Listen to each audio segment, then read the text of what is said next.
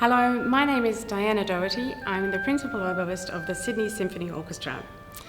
Today, with the help of our 2014 Oboe Fellow Georgina Roberts, I would like to talk you through my approach to the oboe solo from the beginning of the second movement of the Brahms Violin Concerto. Please now join me in welcoming our 2014 Oboe Fellow, Georgina Roberts. Hi, Georgina. Hi, Diana. You ready for some Brahms? Yes. Let's go.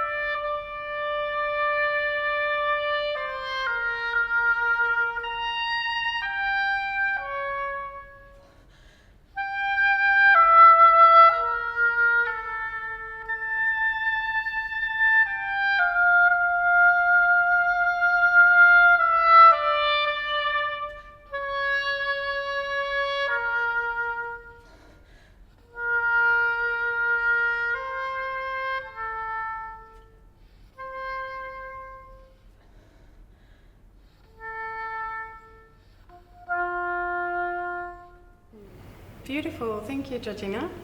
So I'm going to start by asking you a question, actually. Why do you think that this excerpt is so often used in auditions? What do you think, in other words, what do you think you are being asked to demonstrate with this?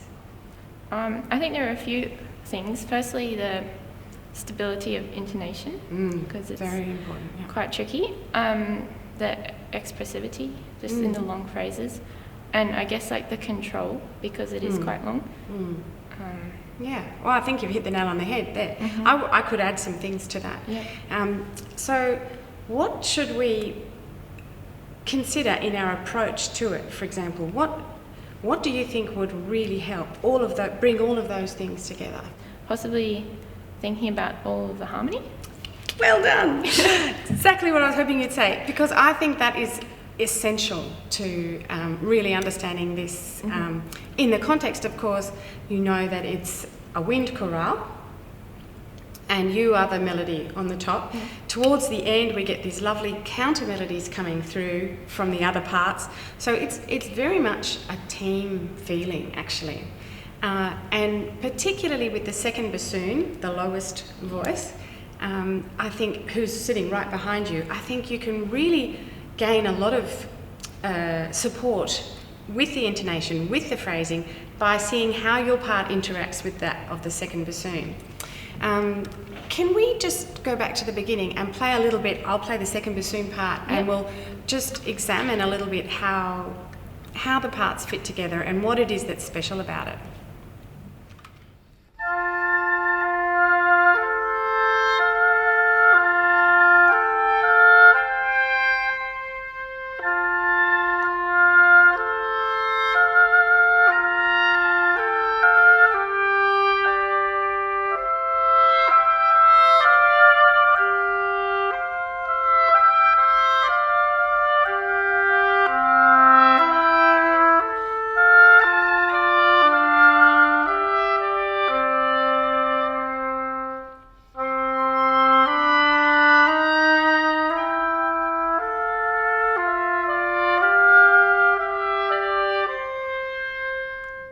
beautiful. So do you feel, like I would feel, I think in your situation, as soon as you have that harmonic framework, that skeleton underneath you, so to speak, then it's instantly quite reassuring. Yeah. Intonation and phrasing.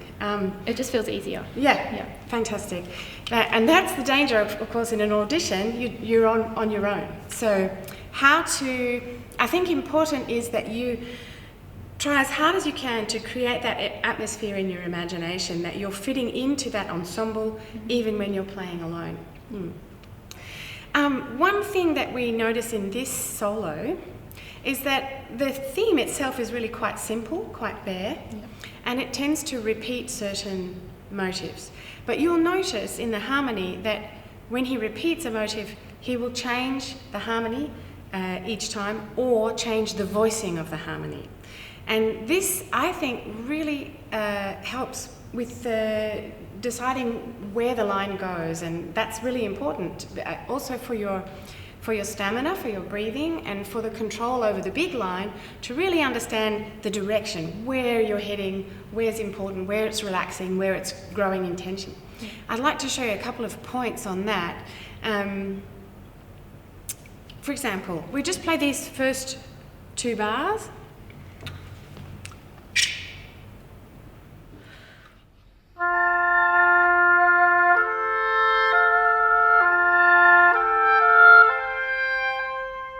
Okay, so you'll notice we begin with this big interval, you come down, I go up, and then the same again, and then we come back to the same note. That kind of contrary motion, really mirroring you, I find that so beautiful and so special in this movement. Let's go now to the same thing when the theme comes back in the second time.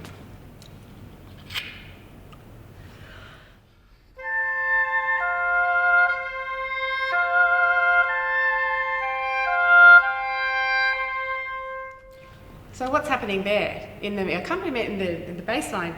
Really not very much. No. It's like a pedal. It's like saying, where am I going next? So you're aware that something is going to grow from that.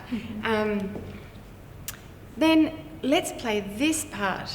This is bar 18, leading back into the F major in bar 22. So we'll start from, let's start from 17. And pay particular attention to what happens in bar 18, 19, 20.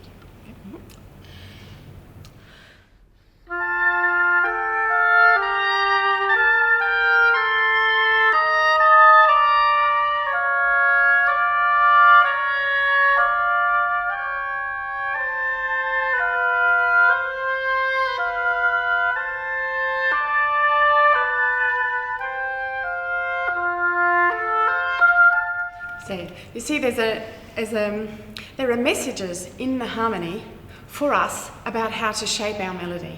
So it's really important that you look at the melody in the context of the harmonies. You're absolutely right. Yeah, excellent. You did very well with the breathing, and really not much to say there, except to say that that is a challenge of this excerpt, obviously. And I feel that's slightly linked together with the mood. You mentioned before that for you the mood of it is contemplative, and I absolutely agree. I think the danger, or perhaps a trap, of the excerpt, particularly when we're playing unaccompanied, is that we tend to drag and get stuck a bit within notes instead of having always movement within a note. So perhaps if we can think of that calmness, that calm contemplation that you mentioned, along with movement through the phrase, keeping everything connected, keeping the tempo flowing, this will help us also saving our energy and saving our air. Let's have a look now at the very beginning. One challenge I think a lot of young players find with this is the placement of that first A, just from out of the blue, it seems. Although in the orchestra, when you have this lovely this preparatory chords, I find it really focuses you and sort of draws you into the atmosphere. And then what really helps me too is to think of that and not like not a donkey kind of style, but the bass that your A almost comes as a result of that F. So this will really help you too when you're playing alone, to imagine that F and that you have the 10th above it. Which brings me to the subject of harmonic intonation. Because it's a wind group, you're going to have to really blend and tune as the chords. As you have the melody and you begin on the major third, that's something to consider as well, because a major third would normally in a harmonic context be low and perhaps not too present. However, you are the melody, so you've got to find a way of fitting into that colour while still shining and not being too sharp. Yeah. So I would suggest, for example, if someone were preparing this, to practice with a sustained F, just that very first bar. Shall we do that now? You play your F and see if I can do it.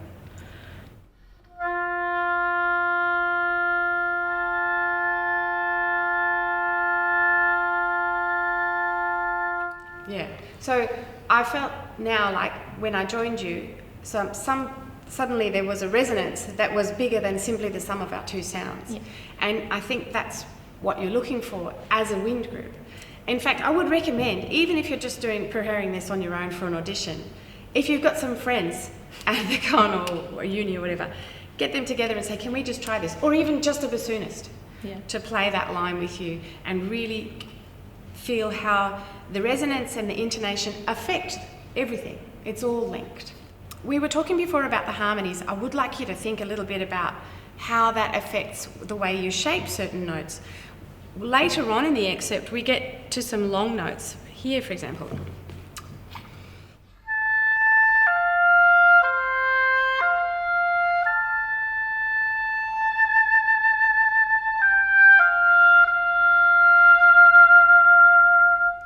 And then.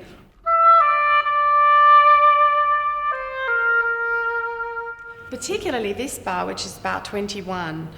Can I just play that with you? Oh, well, up.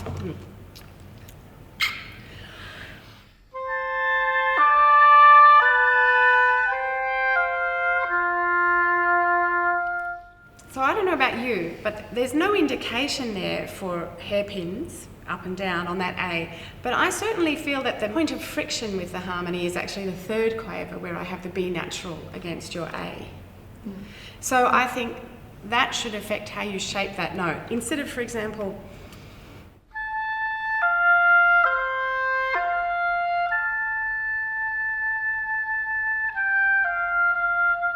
which is perfectly correct mathematically, but doesn't speak in the same way, doesn't rub with the harmony the same way, isn't influenced by the harmony. And to that extent, I think the dynamic indications which are printed are pretty basic, actually. I think we need to read into them. We need to respect them, but think beyond them, because they're really just a guide to something Brahms is saying with the harmony. Yeah. Can we do that second section together? I'm going to give you the little second oboe intro, and then we're going to continue all the way to the end. Okay. And hopefully, when I play the first bassoon counter melody round bar 26, oh no, I actually started before that, bar 21, I beg your pardon, then hopefully that will also keep the movement going within these longer notes.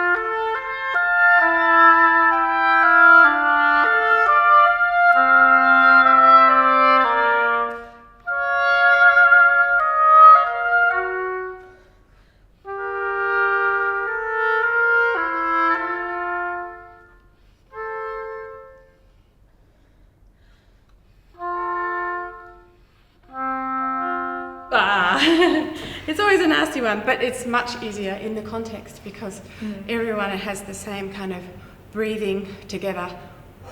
Yeah.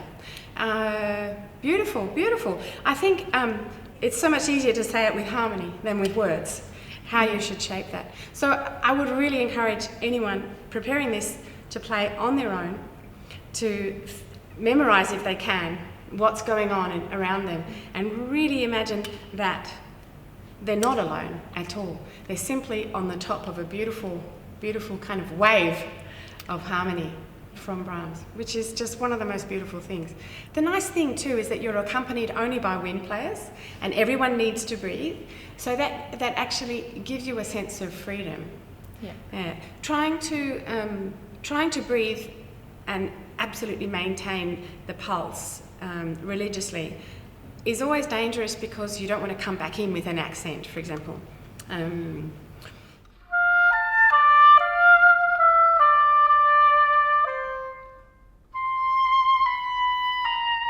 It's perfectly valid to breathe there. I've had conductors ask for that specifically because they miss it if it's not there. So obviously, it's intended in that chorale sense, like you're singing in church, and everyone needs to breathe at the same time. So there's a kind of an understood calmness in the breath. I think that's really important here too. Georgina, how about we try the end of the excerpt again together? The tricky thing about these last few bars are just these, after you've been playing these lovely long phrases and, somewhat fatigued perhaps, that we're getting these quiet, isolated quavers on their own to speak exactly in time. I would suggest, firstly, the piano in bar 30, don't exaggerate it in terms of being soft, because the melody really does, the phrase really does go all the way to the last F. So you need to, even with such short notes, so spaced, we need to show that line.